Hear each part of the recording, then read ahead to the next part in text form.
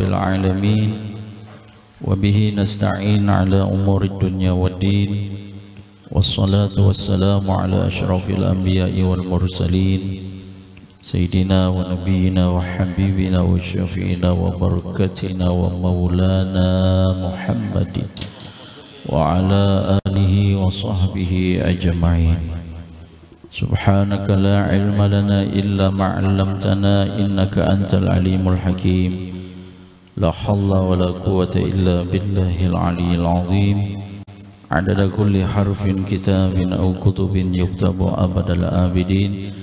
Al-Dahra dahirin. Rabbi syrah li sadri wa yassir li amri wahlul 'uqdatam min lisani yafqahu qawli wa thabbit lisani wahdi qalbi bijahin nabi Muhammad sallallahu alaihi wasallam wa sahbihi wa ali. Amma ba'du.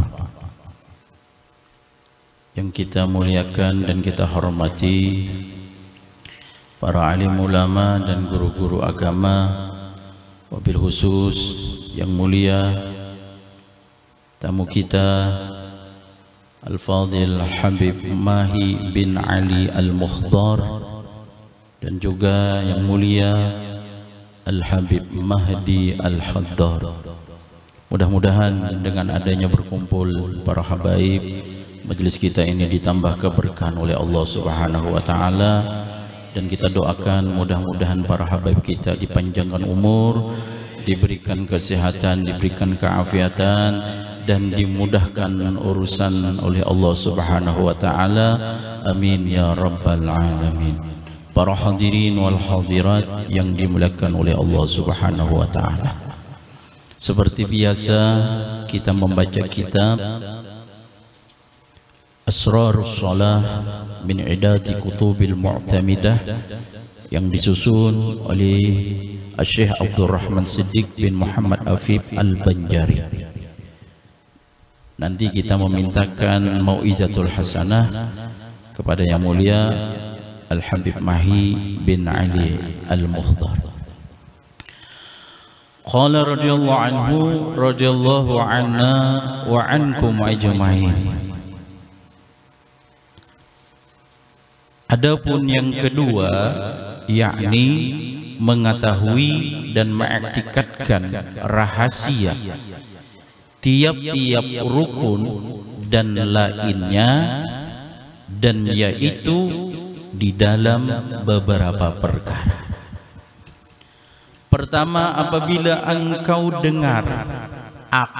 dengar orang yang bang artinya adzan, maka hadirkan olehmu hatimu akan haru-hara seru hari kiamat, dan berkemas engkau dengan zahirmu dan batinmu bagi memperkenankan, dan bersegera kepada sembahyang. Karena bahwasanya orang yang bersegera kepada seruan ini, mereka itulah orang yang disuruh dengan lemah lembut pada hari kiamat.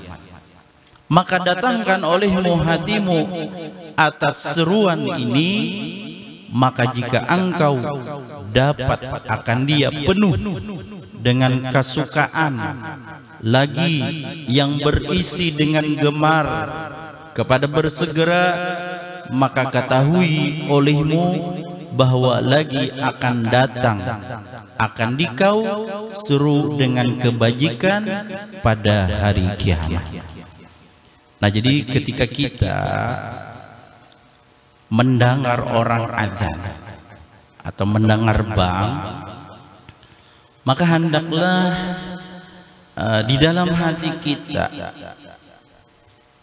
menghadirkan bagaimana nantinya haru-hara seruan pada hari kiamat.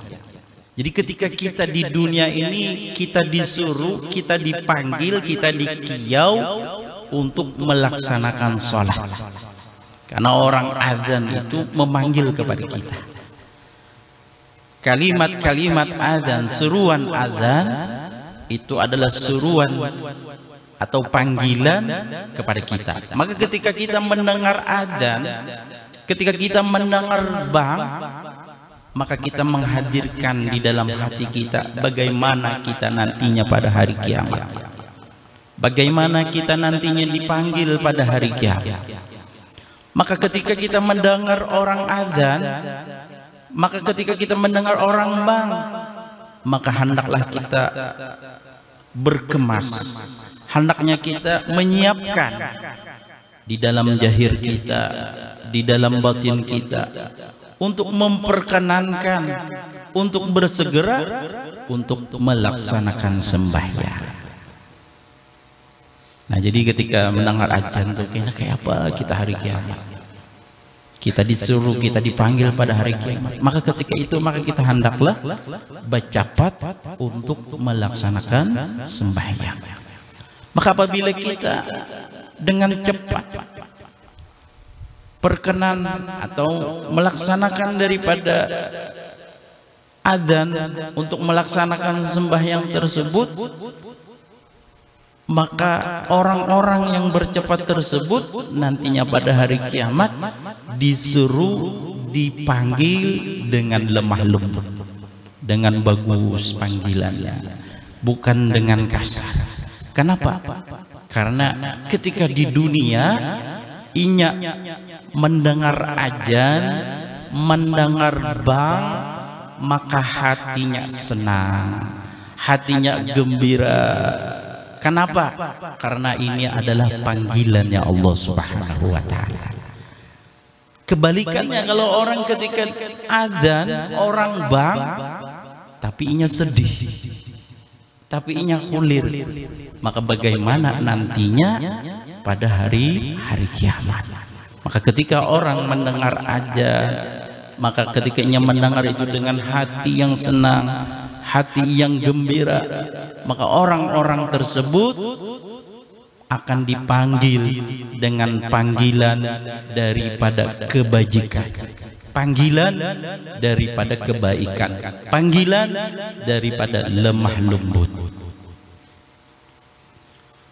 Maka ada hadis Nabi kita Muhammad sallallahu alaihi wasallam, kata Nabi, "Idza sami'tumun nida faqulu misla ma yaqulul muadzin.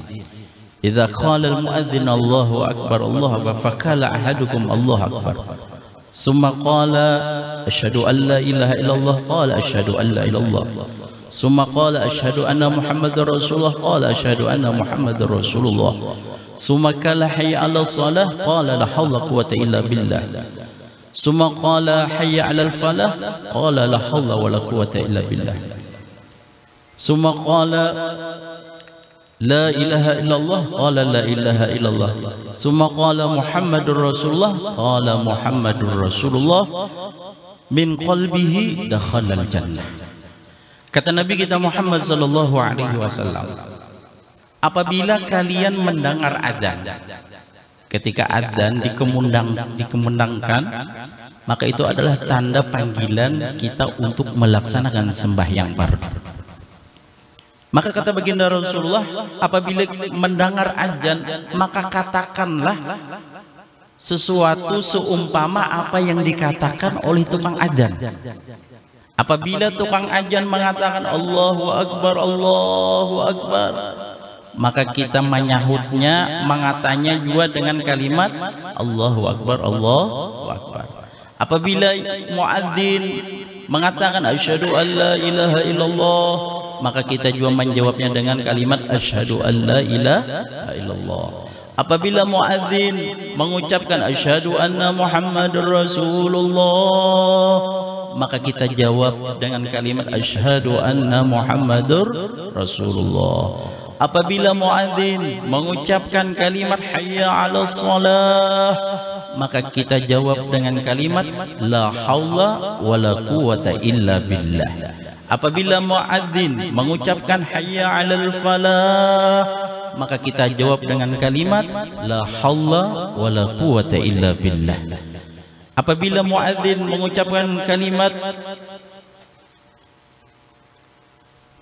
la ilaha illallah, maka kita mengucapkan kalimat la ilaha illallah. Apabila muadzin mengucapkan Muhammadur Rasulullah, maka kita mengucapkan kalimat Muhammadur Rasulullah. Maka apabila mengucapkan daripada menjawab daripada muadzin tersebut dari hatinya, maka ianya diperkenankan masuk ke dalam surganya Allah Subhanahu wa taala. Maka di sini dikatakan oleh Syekh Abdul Razak bin Abdul Musin Al-Badr, maksud dengan hatinya itu menjawabnya dengan ikhlas, bukan karena paksaan. Jadi apabila mendengar adzan, kita jawab seperti yang dikatakan muadzin, kecuali hayya 'alas shalah dan hayya 'alal falah, kita menjawab dengan kalimat la haula wala quwata illa billah di hati kita dengan ikhlas, tidak ada paksaan, maka diperkenankan orang tersebut dimasukkan di dalam surganya Allah Subhanahu wa taala. Mudah-mudahan kita kawak mengamalkannya, amin ya rabbal alamin. Maka sampai disinilah yang dapat ulun sampaikan, mudah-mudahan ada manfaatnya. Maka kepada yang mulia Al-Habib Mahi bin Ali Al-Muhdar untuk memberikan mau'izatul hasanah kepada kita sebarataan, mudah-mudahan dengan mau'izatul hasanah beliau nanti kita dapat mengamalkan zahir dan batin, amin ya rabbal alamin. Fa'alaihi falyatafadhal mashkura. Shallu 'alan nabi Muhammad.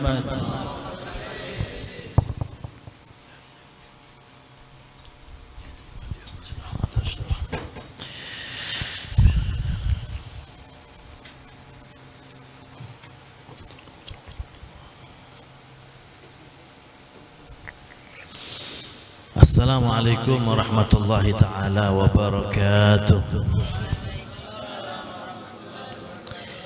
Alhamdulillah, alhamdulillahi rabbil alamin. Allahul kafi, rabbuna al-kafi, qasadna al-kafi, wajadna al-kafi, likulli al-kafi, kafana al-kafi, wa ni'mal kafi. Alhamdulillah, alhamdulillah rabbil alamin. Wassalatu wassalam ala ashrafil anbiya'i wal mursalin, Sayyidina Muhammadin wa ala alihi wa sahbihi ajma'in. Asyhadu an la ilaha illallah rabbul alamin, wa asyhadu anna Sayyidina Muhammad Rasulullah rahmatan lil alamin. Allahumma salli ala Sayyidina Muhammad صاحب النسب الشريف وعلى آله وصحبه وسلم. اللهم صل على سيدنا محمد صلاة تغفر بها الذنوب وتصلح بها القلوب وتنتلك بها العصوب وتلين بها الصعوب وعلى آله وصحبه ومن إليه منسوب.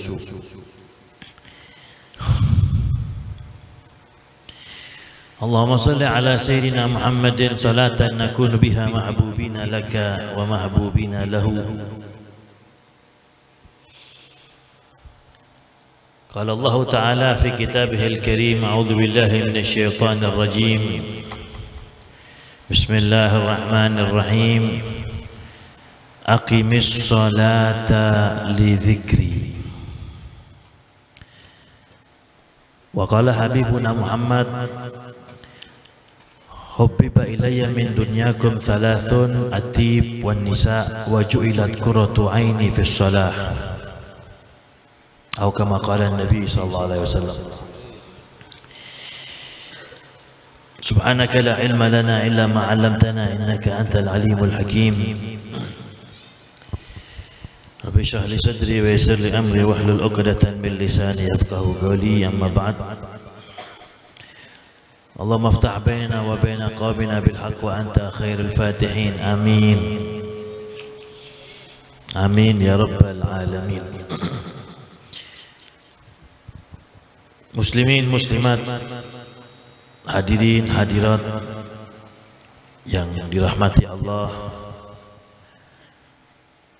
dan yang sama-sama kita cintai, kita ta'zimi, kita hormati, kita tunggu nasihat-nasihatnya kepada guru kita akhina fillah walillah Al-Ustaz Yusuf, mudah-mudahan Allah berikan kemudahan segala urusan sidin insyaallah.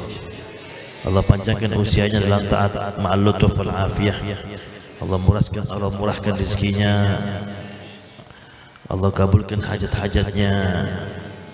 Dan juga kepada para habaib yang berhadir, wabil khusus Al-Habib Sayyidil Am Mahdi Al-Haddar.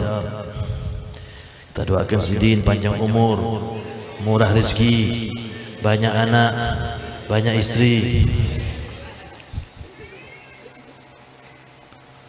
Amin. Orangnya gak ada kelihatan, suaranya dengar tadi.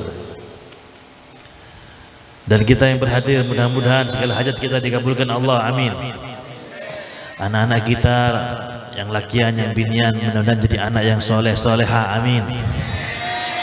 Amin. Dan insya Allah semua yang berhadir di sini barokahnya pembacaan Maulid Nabi.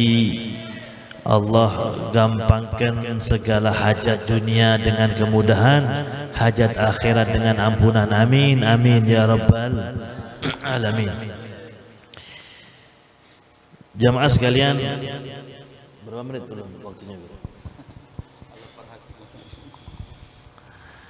Biasanya bulikan jam berapa? Jam 12 kan? Ulun akan membuka kitab Fawaidul Mukhtarah. Ini kitab kumpulan daripada darasnya Al-Habib Zaid bin Sumaid yang ditulis oleh murid beliau, putra daripada pendiri Ma'had Darul Lughah wa Da'wah, Al-Habib Ali bin Hasan Baharun.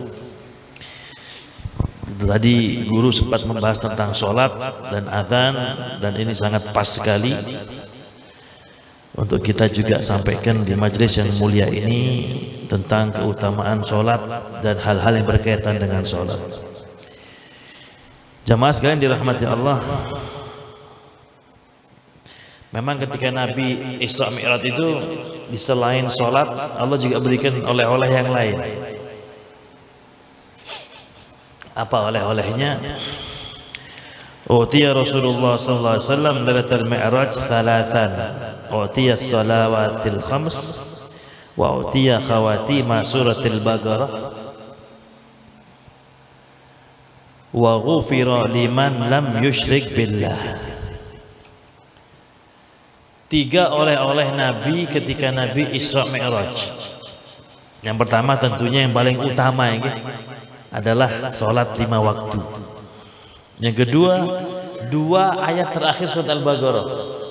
Amanar Rasul bima unzila ilaihi min rabbihi yu'minuna kullun amana billah wa malaikatihi wa kutubihi wa rusulihi la nufarriqu baina ahadin min rusulihi wa qalu sami'na wa ata'na ghufranaka rabbana wa ilaikal masir la yukallifu Allah nafsan illa wus'aha laha ma kasabat wa 'alayha ma kasabat rabbana la tu'akhidhna in nasina aw akhtana rabbana wa la tahmil 'alaina isran kama hamaltahu 'alal ladzina min qablina rabbana wa la حملنا ما لا طاقة لنا به واعف عنا واغفر لنا وارحمنا أنت مولانا فانصرنا على القوم الكافرين.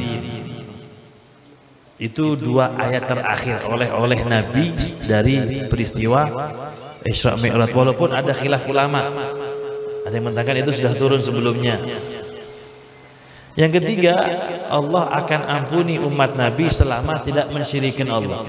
Apapun dosanya, asal dia pernah bersyahadat asyhadu an la ilaha illallah wa asyhadu anna Muhammad Rasulullah, pasti masuk surga.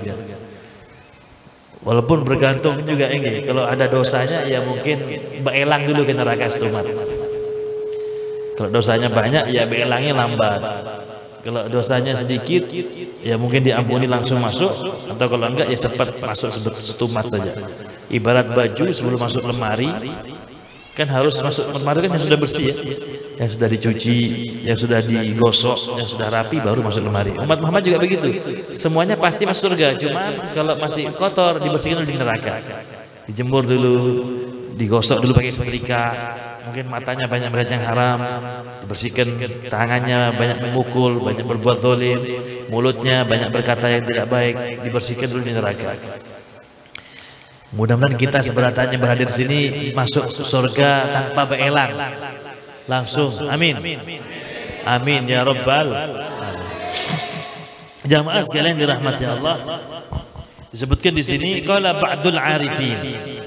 Sebagian orang-orang alif, orang-orang yang mengenal Allah ya, atau bahasa masyarakatnya orang-orang wali.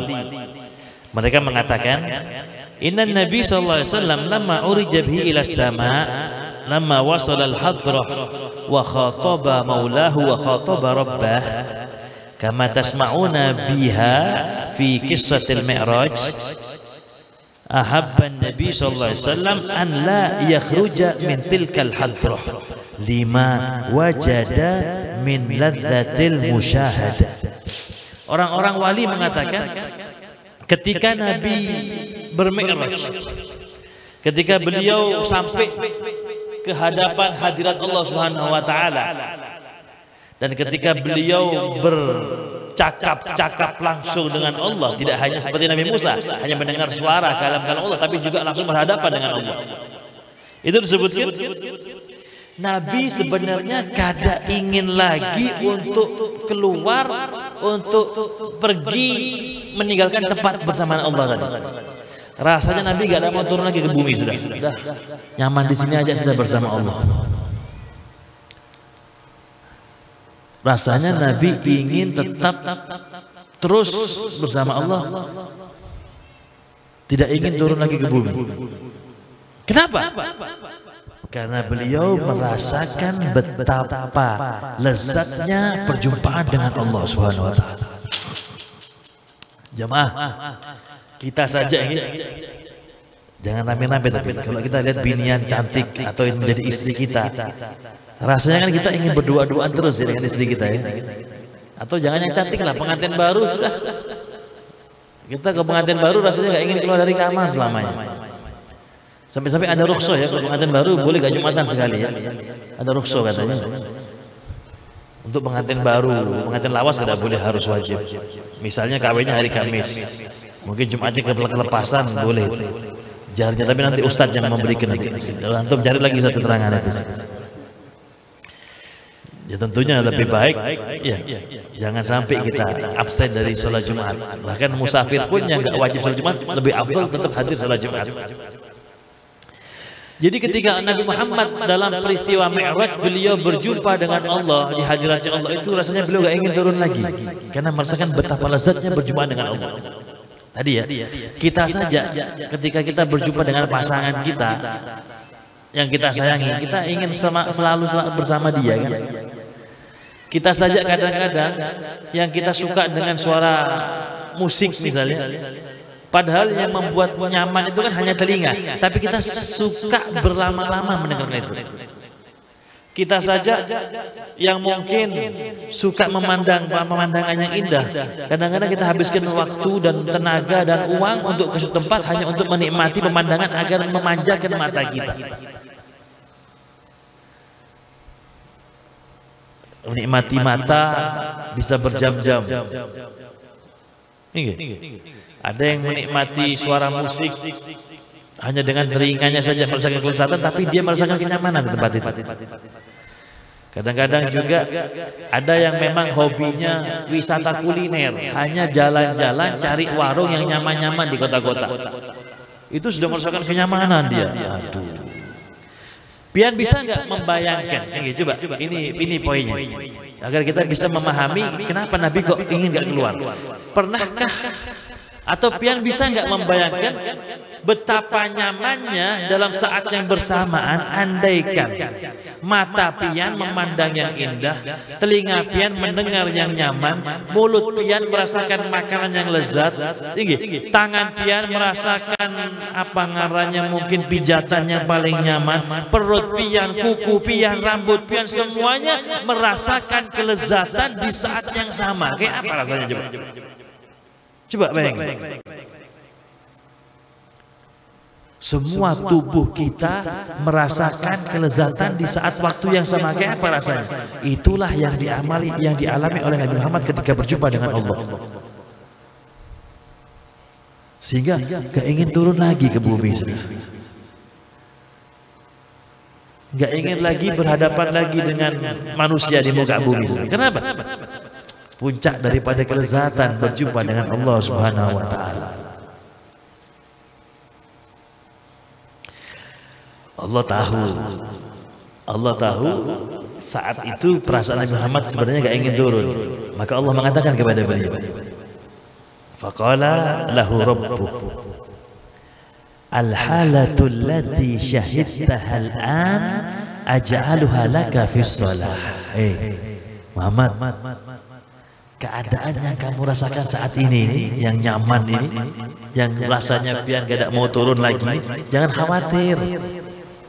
Ulun juga telah akan ulun jadikan kenikmatan yang kau rasakan saat ini, kenikmatan yang akan kau rasakan nanti ketika kau sholat. Kata Nabi, katanya Allah kepada Nabi Muhammad SAW. Mendengar jawaban dari Allah begitu, baru Nabi Muhammad mau turun. Makanya kan Nabi bilang, iya, kalau Nabi sudah galau ya, Nabi kalau sudah sumpah mikiri urusan nggak selesai ini, apa Nabi mengatakan? Memanggil Bilal, ya Bilal, arihna ya Bilal, arihna ya Bilal, Bilal, hibur kami Bilal. Maksudnya apa? Nah, Bilal disuruh adzan, karena Nabi kalau sudah sholat itu merasakan kenyamanan. Makanya dalam hadis yang lain, as-shalah mi'rajul mu'min. Salat itu mi'raj, naiknya bertemu dengan Allah. Itu namanya salatnya orang beriman. Kalau bujur-bujur beriman. Makanya jangan heran jamaah ini, kenapa Syekh Abdul Qadir Jalani, Al-Baghil Muqaddam, Syekh Abu Bakar bin Salim itu mereka semuanya dalam 40 tahun menggunakan wudu isya untuk salat subuh, artinya semalaman gak ada guring. Kenapa? Karena mereka merasakan kelezatan tadi itu. Kelezatan yang tidak bisa diungkapkan lagi dengan kata-kata. Dan ternyata dibuktikan secara ilmiah, guru. Ada buku ngaranya Psikologi Sholat. Ulun punya bukunya itu. Jadi disebutkan di sana ya, otak kita ini sebenarnya bisa mengeluarkan macam-macam zat. Ada namanya zat untuk membuat nyaman, namanya zat endoprin. Itu zat bisa keluar kalau kita bisa fokus dalam satu pekerjaan 100%, itu zat akan keluar. Atau kalau bahasa agamanya, kalau kita bisa khusyuk. Dan khusyuk yang paling puncak bisa kita dapatkan itu ketika kita dalam sholat. Karena itu kenapa mereka gak capek dalam sholatnya semalaman? Karena tadi zatnya keluar secara ilmiah, tapi hakikatnya mereka sudah bercakap-cakap langsung dengan Allah Subhanahu wa Ta'ala. As-shalah munajin rabbah. Salat itu adalah bentuk cara kita bercakap-cakap langsung dengan Allah. Makanya ya, kalau kita perhatikan azan subuh itu kan beda dengan azan yang lain ya. Azan subuh ada bedanya dengan azan-azan salat yang lainnya. Apa bedanya adik-adik? Ada tambahan apa? Gak pernah dengar azan subuh gak pengen guring terus gak? Hei, azan subuh ada bedanya gak dengan azan-azan yang lain? Azan duhur, asar, maghrib, isya sama azan subuh ada bedanya kan? Ada tambahan apa? Kalimat apa? Jangan ragu ya, keras. As-salatu khairun minan naum. Salat itu lebih baik daripada guring. Jamaah, ini kalimat bukan dalam sudut pandang memahaminya secara pahala. Kalau secara pahala itu sudah pasti namanya sholat itu lebih baik daripada guring, karena sholat berpahala, guring tidak ada pahalanya kecuali niat ibadah ya. Tapi kalau ketika sholat subuh guring ya bukan niat ibadah berarti. Tapi memaknai kalimat ini as-salatu khairun naum dalam sudut pandang tidurnya sendiri. Maksudnya begini, tidur itu fungsinya untuk apa sih tidur itu? Kalau ibarat HP tidur kan seperti orang ngeces ya. Kita yang seharian sudah suntuk, capek, kalau sudah malam guring supaya besok pagi kan seger lagi. Iya kan? Jadi salat itu fungsinya apa? Tidur itu fungsinya untuk mengembalikan tenaga yang telah keluar seharian agar kembali pulih untuk esok lagi. Jadi sebenarnya sholat itu jika benar-benar dilakukan sesuai dengan yang Nabi ajarkan, baik secara zahir dan batinnya, gitu, termasuk khusyuknya, itu akan bisa menggantikan fungsi daripada tidur.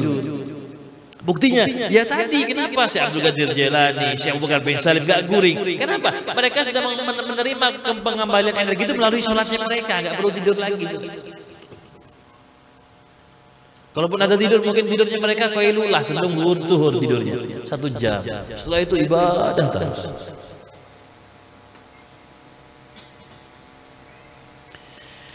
Jadi itu diantaranya ya. As-salah mi'rajul mu'min. Salat itu adalah mi'rajnya orang beriman. Kalau bahasa anak sekarang fly, terbang. Kalau dikatakan katanya orang-orang yang pernah memakai narkoba, katanya kalau pakai narkoba itu nyaman, iya, seger terus. Sebenarnya kalau dia sholat lebih mengalahkan daripada narkoba tadi. Iya. Gak guring, coba biar bayangin, gak guring loh Pak, 40 tahun gak ada guring malam kayak apa coba. Karena mereka sudah menjadikan salat fungsinya tidak hanya sebagai ibadah, bahkan sebagai hobi, bahkan tadi benar-benar menggantikan fungsi tidur buat mereka. Sallallahu alaihi Muhammad. Jamaah sekalian dirahmati Allah, yang juga perlu disampaikan di sini, Nabi itu sejak beliau mendapat kewajiban sholat 5 waktu ini, sampai beliau diangkat oleh Allah, artinya dicabut oleh Allah rohnya, meninggal dunia, itu Nabi diriwayatkan tidak pernah sholat seorangan. Iya, selalu berjamaah. Nabi selalu berjamaah.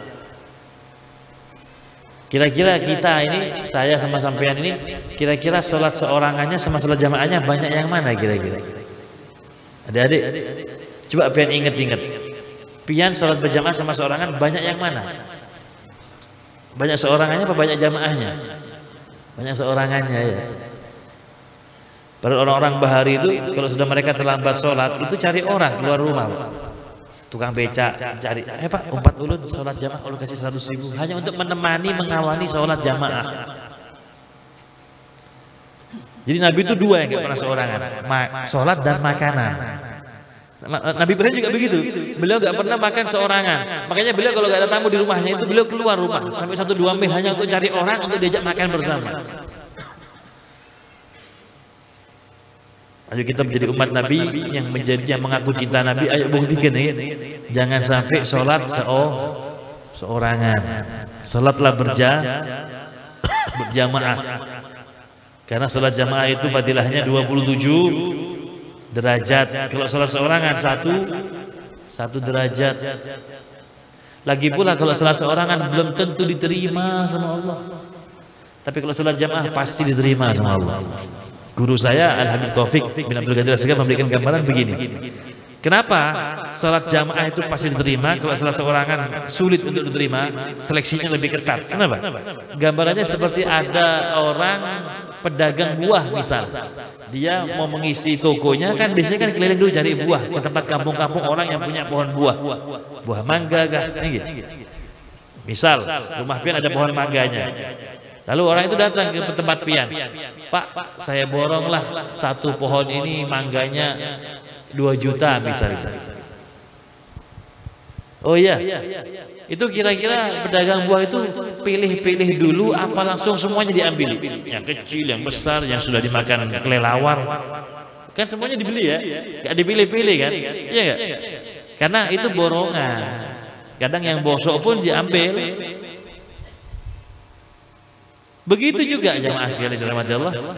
Kalau kita sholatnya jamaah, walaupun kita mungkin khusyuknya hanya ketika takbir misalnya, itu terima sama Allah. Kenapa? Ya pian takbirnya yang khusyuk. Sebelah pian ternyata ketika Fatihah dia khusyuk. Sebelahnya lagi ketika ruku, ketika sujud. Akhirnya apa? Dikumpulkan, akhirnya sempurna tampak sholat itu seperti khusyuk dari awal sampai akhir. Akhirnya terima sama Allah. Tapi kalau kita sholat seorangan, ya seperti orang beli mangga ke toko. Kita beli mangga ke toko penjual mangga, beli sekilo misalnya, itu kira-kira sekilo dapat berapa kira-kira? Paling 2 potong ya, 2 buah ya. Kalau mangganya besar kan paling 2 sudah sekilo sudah itu. Itu kira-kira pian pilih apa langsung ambil? Dipilih dulu kan?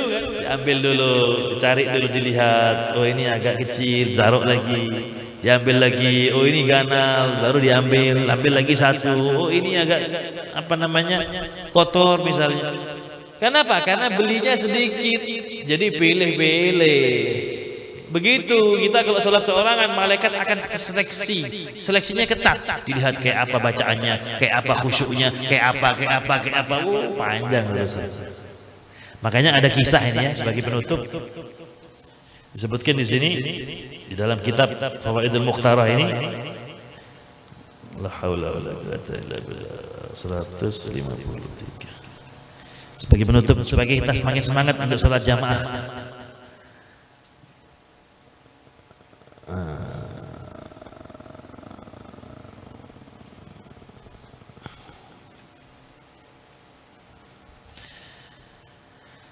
An Ubaidillah bin Umar Al-Qawariri, ya, namanya ulamanya namanya siapa? Ubaidillah. Lagi viral nama Ubaidillah sekarang ya. Ubaidillah bin Umar Al-Qawariri, ulama besar beliau. Apa kata beliau? Lam takun tafutuni salatul isya fil jamaah qad. Saya tidak pernah sekalipun tertinggal salat isya berjamaah. Selalu salat isya berjamaah di masjid. Selalu sholat isya berjamaah di masjid beliau. Tidak pernah kita tertinggal di masjid. Fanazala bi lailatan dhaifun. Satu malam saya kedatangan tamu di rumah saya. Fasyghiltu bisababihi wa fatatni salatul isya fil jamaah. Akhirnya karena ada tamu, mungkin tamunya datang habis maghrib ini. Tamu datang habis maghrib. Sebagai orang yang menghormat tamu dan tahu betapa besar fadilahnya menghormat tamu, bahkan Nabi Muhammad mengkaitkan menghormat tamu itu kaitannya tentang keimanan kepada Allah dan hari akhir ya. Man kana yu'minu billah wal yaumil akhir falyukrim dhaifahu. Orang yang ilmu ya sudah, tamu datang kapan saja ya, harusnya juga tamu harus tahu diri ya, tahu jam-jam yang pas untuk bertamu gitu. Jangan jam 12 malam bertamu biar, kecuali janjian nih. Janjian Habib Bahdi pulang dari Bondowoso ke Danau Panggang, janjian sama pian jam 2 baru sampai, ya nggak apa-apa janjian dulu. Tapi kalau mendadak jangan. Ini tamu rupanya pas masuk setelah waktu maghrib, ya sudah diterima sama beliau. Akhirnya aku sibuk melayani tamu, menghormat tamu.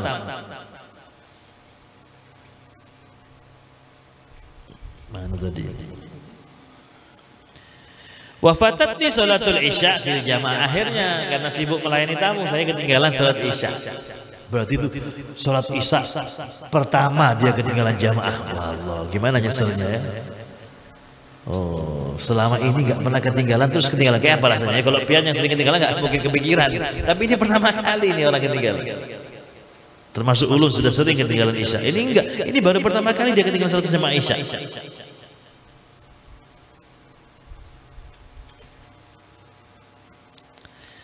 Setelah selesai menghormat tamu, tamunya terus bulik. Fakharajtu atlubu salata fil masjid al-Basrah. Akhirnya segera dia pergi menuju ke masjid di Basrah. Dia tinggalnya di kota Basrah di Irak berarti ya. Berharapannya barangkali masih ada orang yang belum sholat. Fawajadtun nas kullahum qad sallau wa ghulliqat al-masajid. Ternyata aku dapati orang-orang sudah pada selesai salat isya semuanya. Dan masjid pun sudah tertutup, sudah dikunci sudah. Berarti sama-sama di Danau Panggang ya. Isya sudah ditutup masjidnya. Gak terbuka 24 jam. Di Jawa juga sama kebanyakan begitu. Takut ada binatang masuk ya. Ada orang-orang mabuk, orang-orang nakal yang masuk mengotori masjid mungkin. Untuk zaman Nabi 24 jam terbuka masjidnya ya.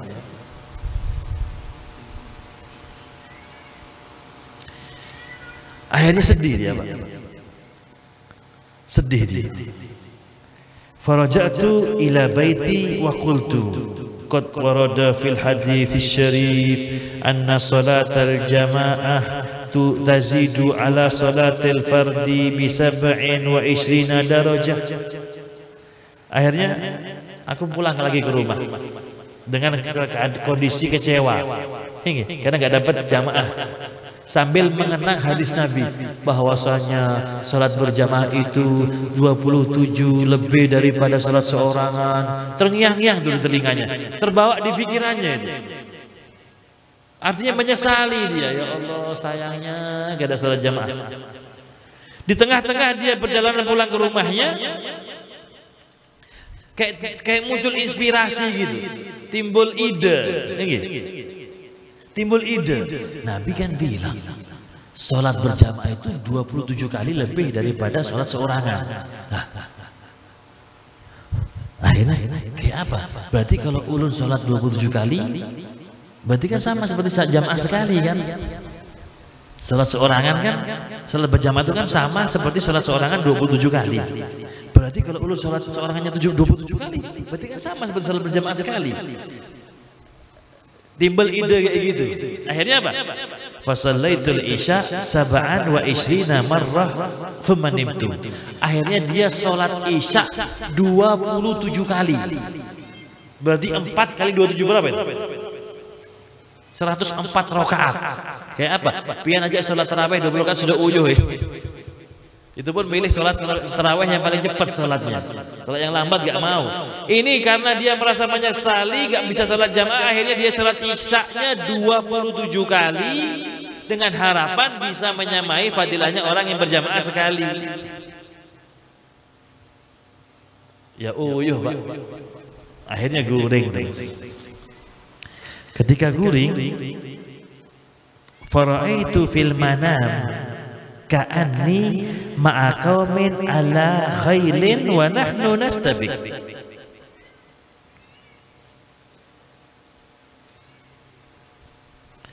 Wa ana arkudu farasi fala talhaquhum. Faltafata ilayya ahaduhum faqala li la tut'ib farasak falasta talhaquna. Faqultu lahum lima? Qala li annana sallaina al-isya jama'atan wa anta sallaita wahdak fantabahtu wa ana maghmumun hazinun lidzalik. Ketika guring dia bermimpi terus. Dia bermimpi bubuhan kawan-kawannya itu naik kuda, dia juga naik kuda. Dan dia ini berusaha tidak hanya tidak ingin mendahului, bahkan ingin membersamai saja itu gak bisa-bisa. Dipacu kudanya agar bisa bersama dengan mereka itu gak bisa, apalagi mendahului. Terus ditarik tali kudanya, mungkin dipecut kok kudanya supaya lebih cepat, gak mampu. Akhirnya ada di antara kawannya yang di depan tadi menoleh ke dia. Sudah, jangan pian buat capek kuda pian, gak mungkin pian bisa menyamai kami, katanya. Loh kenapa? Iya, karena kami berjamaah salatnya pian seorangan walaupun 27 kali. Coba hadirin yang dirahmati Allah ya, betapa besarnya ya daripada fadilahnya sholat jamaah. Orang kalau berilmu dan mengerti itu pasti akan mempentingkan itu. Makanya di antara mereka itu kalau kehilangan sholat jamaah itu kadang-kadang mereka nangis. Itu tadi sampai-sampai cari orang untuk dibayar agar bisa nemeni sholat jamaah. Mudah-mudahan ya keterangan-keterangan ini dan yang tadi guru sampaikan bisa menambah semangat kita untuk tetap menjaga sholat isya, maghrib, subuh, zuhur, asar berjamaah. Jangan sampai sholat seorangan. Kalaupun sholat di rumah, ya ajak istrinya, ajak anak, ibu-ibu yang suaminya ke masjid, ajak anaknya pian, ajak anaknya untuk berjamaah di rumahnya masing-masing. Mudah-mudahan manfaat apa yang kita dengarkan dalam majelis yang mulia ini. Ulun menyampaikan ini hanya perintah daripada sahibul majelis. Mudah-mudahan apa yang ulun sampaikan bermanfaat juga buat ulun pribadi. Wal afu minkum. Wassalamualaikum warahmatullahi taala wabarakatuh. Jazakallahu khairan. Mudah-mudahan